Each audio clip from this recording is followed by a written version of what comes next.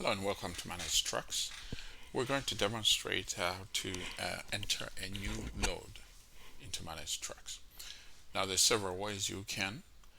You can click on this new load, the flashing new load, or you can click on enter new load, or you can come over to the top here and then click on new load.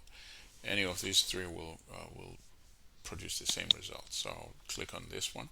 Then this dialog box will open up, and then you'll be able to navigate to select the confirmation you wish to enter, and then click that. And what Managed Trucks will attempt to do is to read the contents of that and then extract the info. In this case, we notice that it has read the info and it's populated it over here. Now, first, we notice that the direct transport is a broker. It seems that it read it correctly. All right. Okay. So, and then the next part. Okay. First, the load number. All right. Seems like the load number is 20588. Okay. So we need to correct that. It is always recommended that you just make sure that all this is correct. The load amount looks like it's correct. We have it right here. And then the stops. Okay. Stop one seems it's accurate. It's from Surprise in Arizona, and then it's going to Waco, Texas.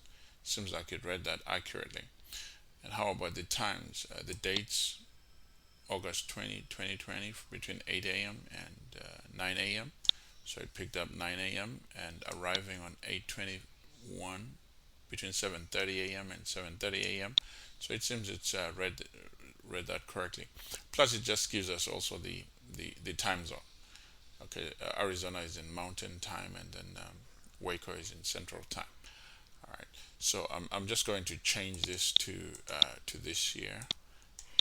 Okay, 21, and then 21.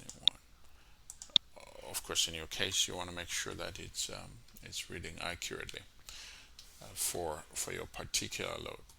And then over here at the bottom here, broker contact info, the telephone number that you're using to contact the broker. In this case, it looks like this is the number here, and it read it correctly. And then the email here for the invoices, where to send the invoices. Okay, I see the email over here, so it read it correctly and brought it here. Sometimes you may have more than one email, so you have a drop down list here of all the potential emails, and you select the appropriate one. Now, the broker contact email, this is the broker that you were talking to, the representative you were talking to. All right. And then if you just hover over this here, there will be a little additional info. All right. Okay. So we have these here. Okay. You select the appropriate one, and then the name of the broker that you were talking to. Okay. I'm just going to use the name John Doe in this case. All right. And then if we need to use any other notes, we can enter the notes right here, to the driver. Drive safely. Okay, to or for the driver. And then the next spot is to enter the driver. Now, if you remember the driver number, you can just go ahead and enter it here. But if you don't and you remember the driver's name, you can also start typing the name. Notice at the bottom there you will see the list, and then this is a test, the name of the driver, and then I can go ahead and select that, enter the number, and then notice it has pre-populated the dispatcher number, the truck number, the trailer number, and the dispatch fee, which is the carrier percentage that the carrier charges from the load amount. All right, so this info, it will collect from what has been from the loads that have been previously entered, but you can always overwrite all this information. In addition, you will see over here at the top, you will see the empty from. This is where the driver was last dropped their load, and then it's showing the deadhead miles or empty miles. And then you also over here we see the total miles for the load, and then the breakdown: empty miles and loaded miles, and then the rates calculated based on the miles, and also the estimated driving time for each segment. And then once we're done here, And if you notice, this rate con is not signed. Most brokers like rate cons to be signed. Most factoring companies also like to see signed rate confirmations. So for this, we have this flashing button here, sign rate confirmation. What this does is once all this is ready, as shown at the bottom here, messages is just says the minimum info has been completed. Okay, we can close that. So if we go ahead and click on this sign rate confirmation, if I hit this, there is this stamp that will come up, and then when it does come up, right, we don't need that. Okay, when it comes up, we're going to it will go ahead and stamp this over here, and then this will act as a signature. So what's on here is the statement. Basically, what this says, if I can just expand it here, let's make it a little bigger. All right, okay. So what's on this stamp here is it's got the name of the company, the MC number, and then it says the load is accepted, and then it's got the driver's name, the driver's cell phone number, the truck number, and trailer number, and these are coming from our setup. And then this is normally what the brokers like to know or see about the truck that is okay, the truck that they are contracting with. All right, and then coming back here, notice now email rate confirmation is now flashing. Now, if you have Outlook set up on your system, once you click this here, it's going to produce an email. It's going to produce an email that is that has this attachment, the signed rate confirmation, and then it will be sending it to this email address and sending it to John Doe and saying here's our signed rate confirmation, and then at least that part will be taken care of, and then after that then you can save the load. So we'll go ahead and save the load here. So when we save the load, I just click save the load, and then it will validate, make sure everything is okay, and then once everything checks out in terms of what needs to be entered, then it will go ahead and close and enter the load into the system. Now if you notice here, there is this load we just entered. So it's now entered here as a new load with BOL. Now this BOL is saying that this load is now expecting a BOL since the date of delivery is past. So it is now expecting a BOL. Now, I'm also going to show you how to enter the load together with a BOL if you're entering it after it has been delivered. Of course, we recommend that you enter the loads as you receive them, which will be similar to what we just shown. Now, let's enter another load. Okay, I'm going to enter another load here together with a BOL. All right, so select, okay, let me use this one here. Okay, let's say this is the load that I'm selecting, so enter this. Again, it will attempt to read the rate confirmation, and once it has read that, again, it should bring up the info as we saw previously. Some rate cons, it may take a little longer than others to read them, but most of the time this reading process is very quick. Now, I believe here on my system I may be experiencing a bit of a delay in the processing, because it normally doesn't take this long, and let's see how much longer it will take.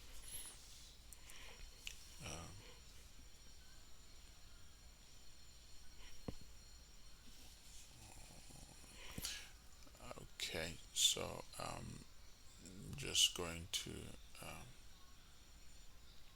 right, I hope it will be done soon.